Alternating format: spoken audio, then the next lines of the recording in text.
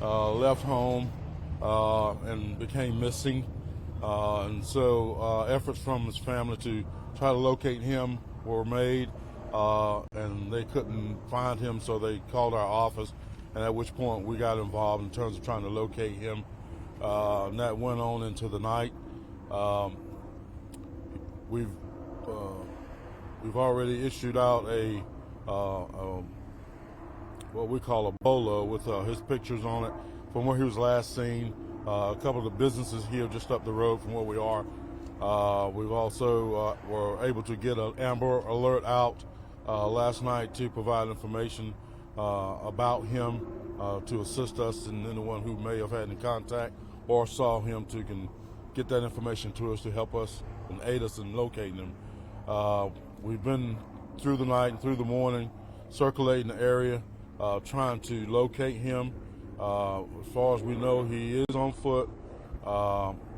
We do have some video coverage of him. Again, as I said, a couple of businesses here, and we're working with that information and those the pictures that we have in terms of trying to see which direction he may have left from there. We've got a lot of help that's here.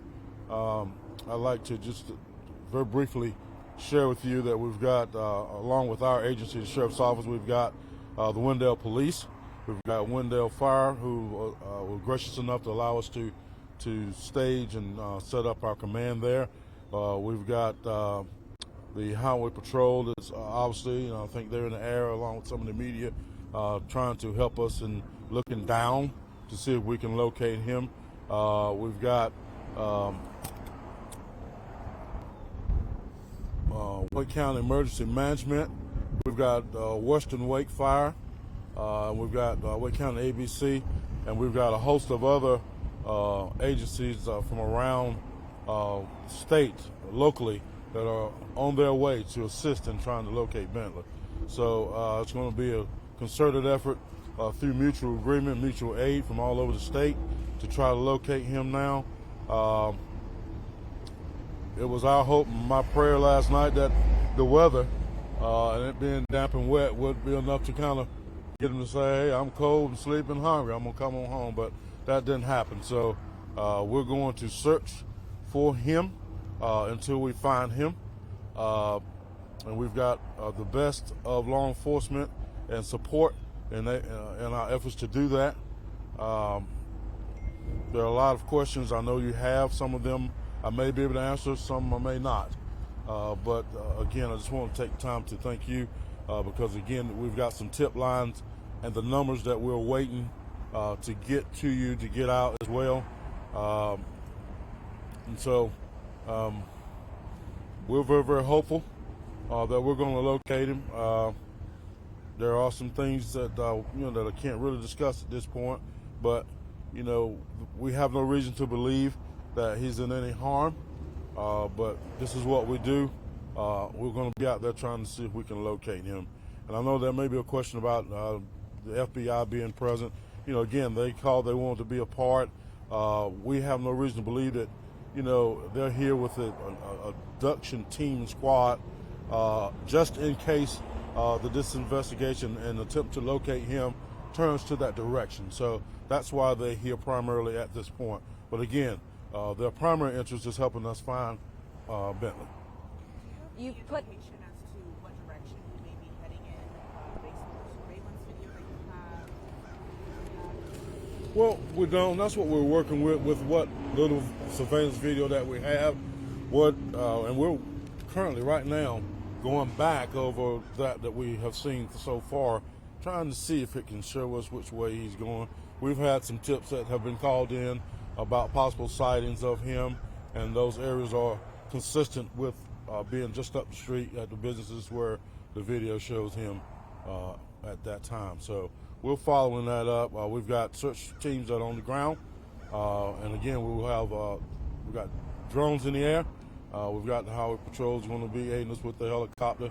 If this should by any chance move into the night, again, we're going to be prepared to continue search with infrared and anything that we can to help locate him. But hopefully, and I pray that we'll be able to find him before dark today. We know that the crews were searching behind the Hardys here in Wendell. However, the photo that you guys have put out that we've seen on social media appears that it's been taken at an Exxon gas station. Are you able to confirm that Bentley did walk into that gas station and then left the premises? What do we know about his whereabouts at the gas station? I can't confirm that. That is true, and that is one of the things that we're working on, trying to see where he went from that point as well. He was in the Exxon? Yes. You say you seem confident that you say that he's on foot. How do we know that he might not be in a vehicle at this point and have left the area? We don't have anything that would lead us to believe that he is in a vehicle. At 9 years old, all we have right now is that he left home on foot. And so those are the things that the investigation, we're trying to determine if those things have happened. But we don't know that at this point. In that picture of the Exxon gas station, he didn't have a jacket on, although he was described wearing a jacket in his initial report of being missing. Have you located any of his belongings?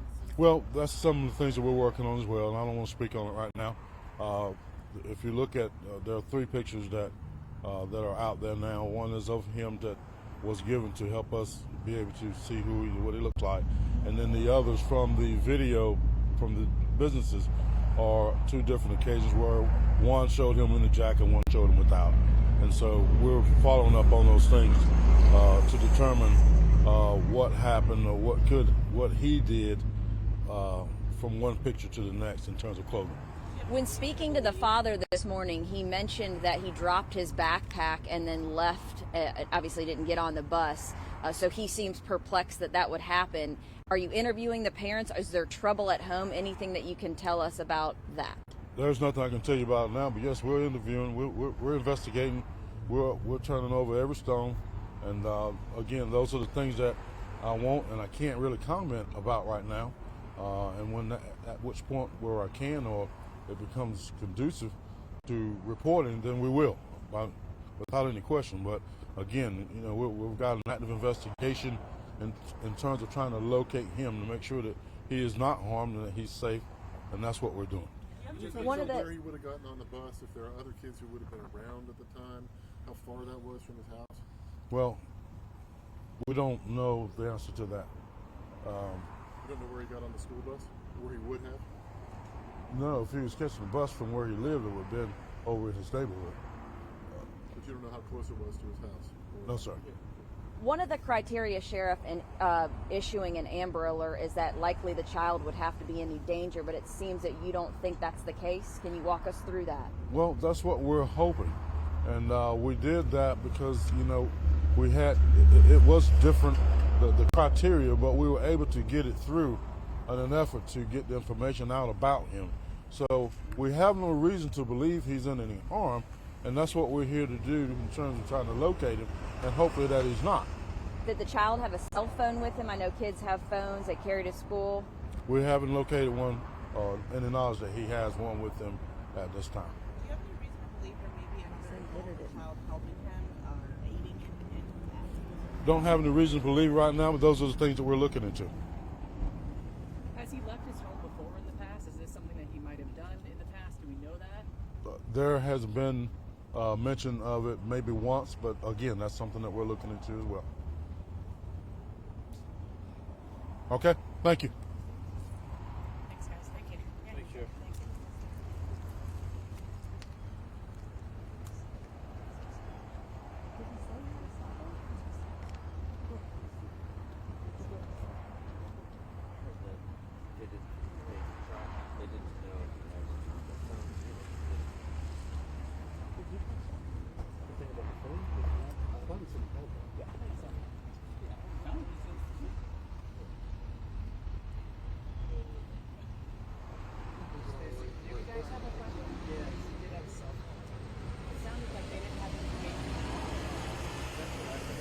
That he didn't have a